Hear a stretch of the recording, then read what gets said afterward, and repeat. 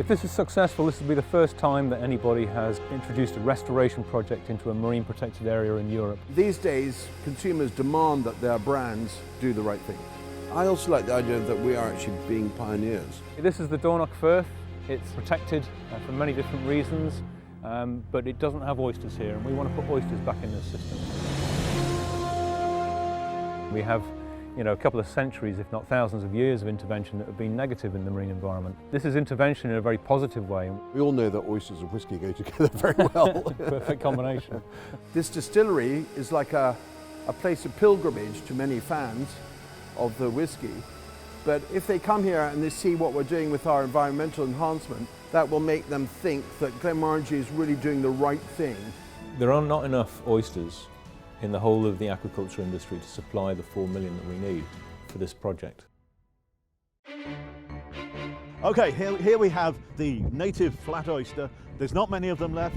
They are rare, they're really valuable, and I can see the numbers coming up through at the moment on the screen. European native oyster, Ostrea edulis. We've come across this new technique that allows us to farm a species that we couldn't farm before.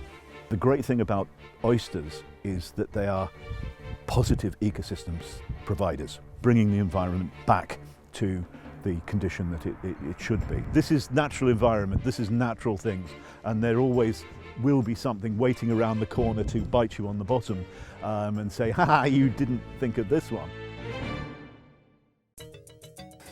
The world in the last 2 years has become a very complicated place. We don't do the B word. And yet it's so inevitable. Yeah, right? I know. What do you want me to say about Brexit? The European flat native oyster is a very strange animal. Stressed by sunshine, they're stressed by cold, they're stressed by being put together, they're stressed by being kept apart, and their response to stress is that they will die. A project like this can always use more money. The cost is significant. It is quite a hard sell. We haven't actually completed the sale yet.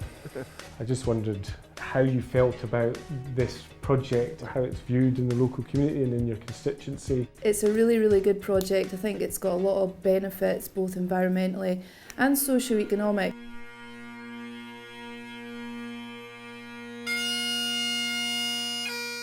The village around the distillery at Tain, we have this acronym or this thing called the Men of Tain, and the Men of Tain are the people who make our whiskey. In a dry science sense, you could say this is a great example of marine restoration, but for me it's also quite emotional because I'm selling Scotland in a very modern way. If this is successful, then it means that we can stop thinking about trying to maintain baselines and we can start thinking about trying to get much better outcomes in our environment. I also like the idea that we are actually being pioneers. First is first, second is nowhere. What is fun about it is that actually there's quite a lot of unknowns. I love this place. It's quite fascinating, and I also imagine that I'm going to go out in a boat someday in the future, and I'm going to look down and I'm going to be able to see the bottom, because the water quality will be that much better because of all the oysters in the system.